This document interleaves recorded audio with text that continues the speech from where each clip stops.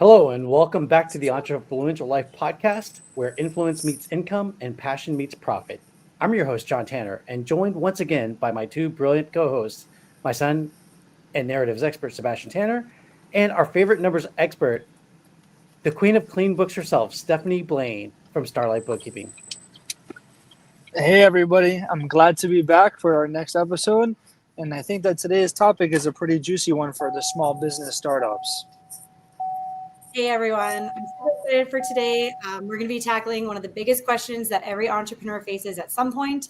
When should I DIY and when is it smarter to hire a pro? Exactly.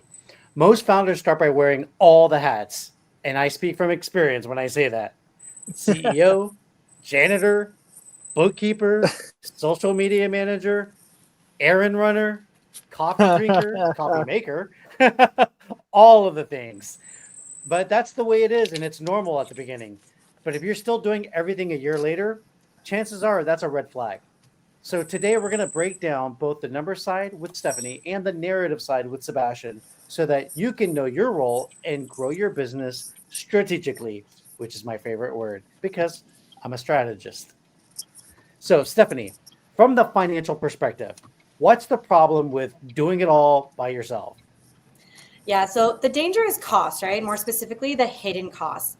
So if you take bookkeeping, for example, I've seen countless founders and business owners, they try to quote unquote save money by DIYing their books, which it can work in certain instances, but most of the time, the cleanup from mistakes often ends up costing thousands more than it would if you would have just hired a pro right from early on. And with that comes a lot of stress, and that's even worse. So. Okay, Sebastian, how does this show up in the entrepreneurial mindset? What are they thinking? Why are they juggling all the balls? It's kind of like a hero syndrome in a way. It's this I can do it all mindset. In the beginning, the DIY feels like hustle, but over time, that same story becomes a trap. So true growth requires shifting from the doer to designer in a way.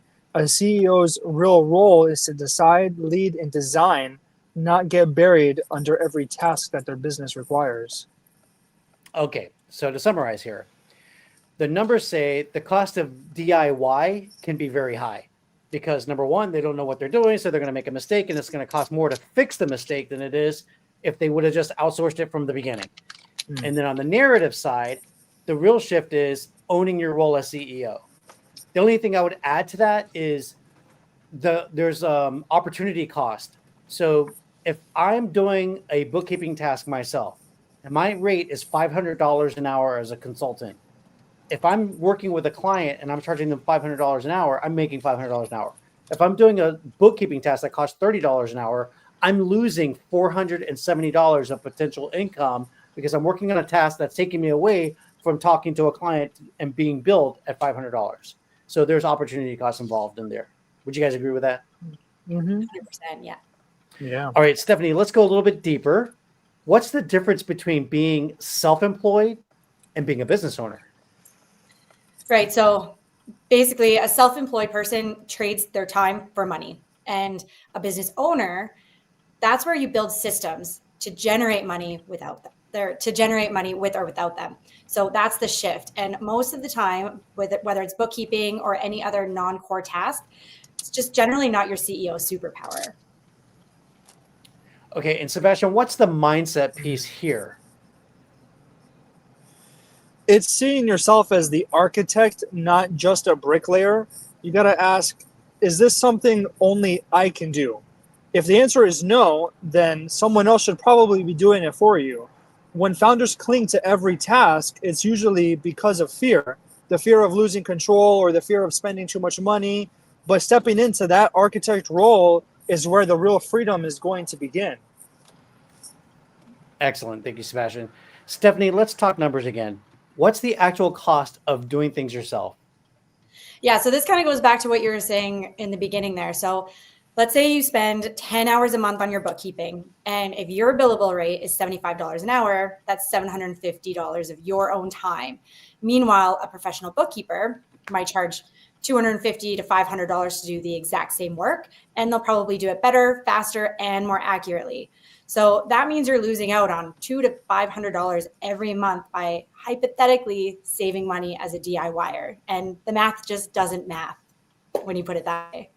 Yep. That just bolsters what I was saying earlier. You're right.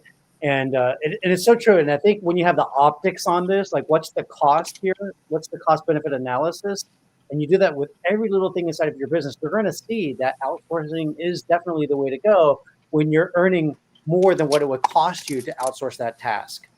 So in the beginning, it's probably not feasible for a startup, but after year one, you need to start looking at your numbers and deciding, can I outsource this? Should I be doing this myself? Can I get enough business in to fund the outsourcing of these tasks and grow my business, right? Because that's really where it comes down to growing your business. You have to outsource things in order to free yourself up, right? Right. So Sebastian, how about the cost of doing it yourself in branding and marketing? Can you speak to that? Bad branding can cost you credibility.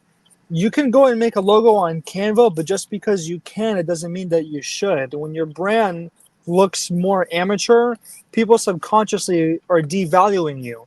So even though DIY feels like free and it's going to be expensive in terms of lost trust and missed opportunities. So just because you can save money on that, it doesn't always mean that you should go that route for everything. Okay, so DIY isn't really free. You might be paying in stress, time, missed growth, and also you might be devaluing your brand.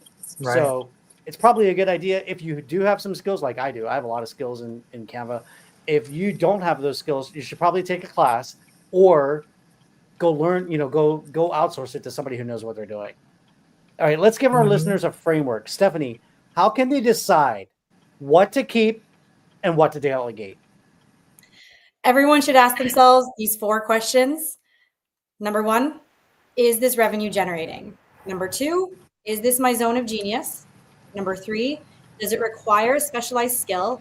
And number 4, could someone else do it better or faster? And the short and simple, if you say yes to number 3 or 4, it's time to hire a pro. Nice. I like this. I like this framework. Sebastian, how do you frame this from a narrative lens? It's about permission. Entrepreneurs need to rewrite the story from if I don't do it, it won't get done right, to if I delegate it, I free myself to lead. The matrix isn't just about efficiency, it's about identity. Choosing to delegate is choosing to step into your CEO role. That's excellent. I love how you frame that, and I love that when you're looking at this matrix that Stephanie just shared, you also have to look at your mindset as well. You've got to start seeing yourself as a CEO. So Stephanie, Can you give us a real world example of somebody waiting too long to hire? Sure. So let's imagine a business owner who delays getting help with their bookkeeping for 18 months. Their books are now an absolute mess. They have unbalanced accounts, missed deductions. They have no profitability data. Cleaning it up is going to cost 5 times what proactive help would have cost. So waiting can be very expensive, right? You're gonna miss out on all of the things you could have had if you would have just hired from the beginning.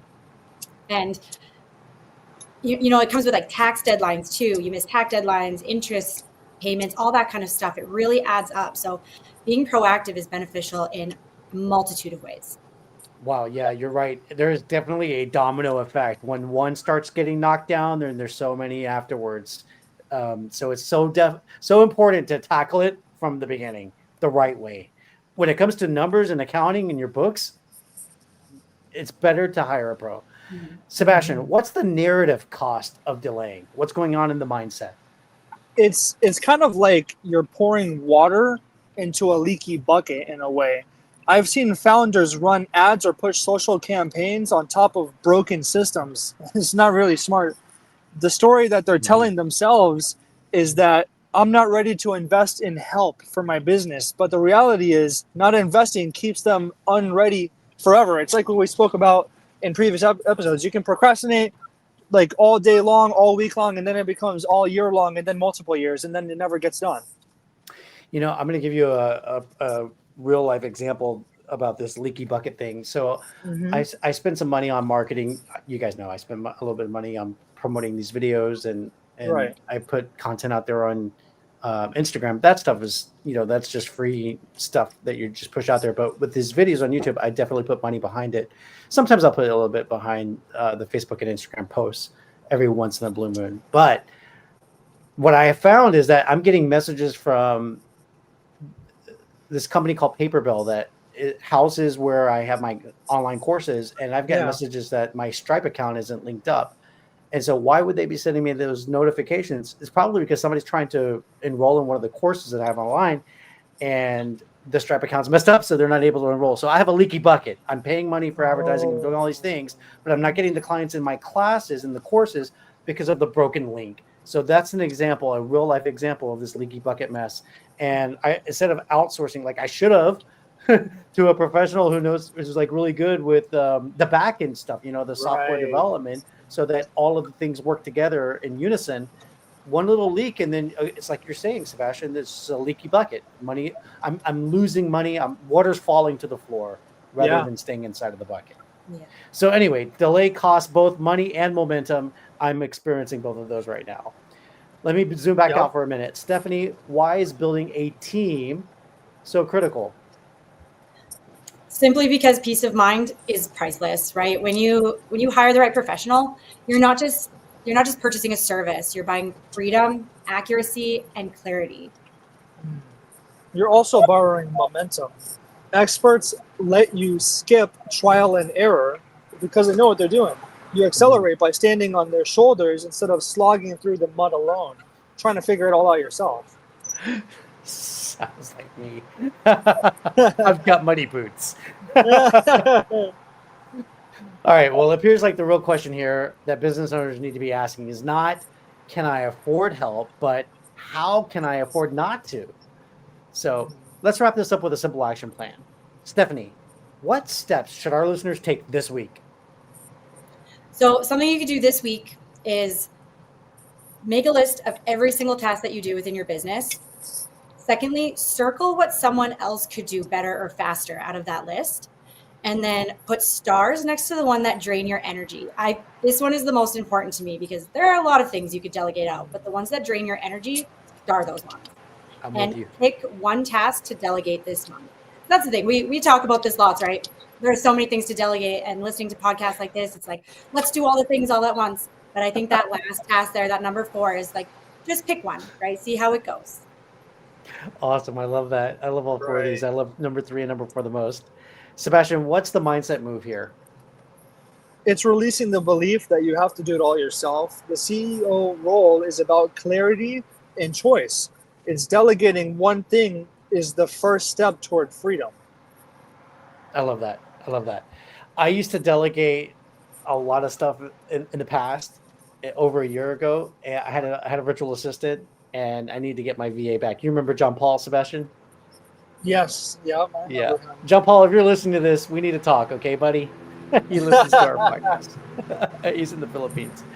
All right. Let me go ahead and bring this into a close. We're going to land the plane now. So I want to get a little techie here. So I'm going to put my background music on. I hope it doesn't bother you guys. All right. So here's your challenge. Stop trying to do everything alone. Step into your CEO role by using the delegate or do matrix. And grab our free workbook at Entrefluential.club and complete the task delegation worksheet. Then you'll find a link to it in the show notes as well. Yes, Entrefluential.club. And you can also schedule a free consultation call with me to discuss your bookkeeping process, especially if you're still DIYing your books. And you can schedule that at starlightbookkeeping.com. And folks, I highly recommend that the first thing that you delegate is your bookkeeping to Stephanie. A little plug for Stephanie there. All right, if you're ready to go from overwhelmed operator to empowered business owner, check out our business advisory services and schedule a strategy call so we can go over the 12 different sections and make sure that you're paying attention to the flywheel, which I call the small business improvement matrix. So you can schedule a strategy call with me by visiting ColemanTanner.com. See you guys all next time. And remember, your financial clarity is your entrepreneurial superpower. We'll see you guys next time. And if you want to build smart, don't be Han Solo. Find a Wookiee. I mean a Rookie.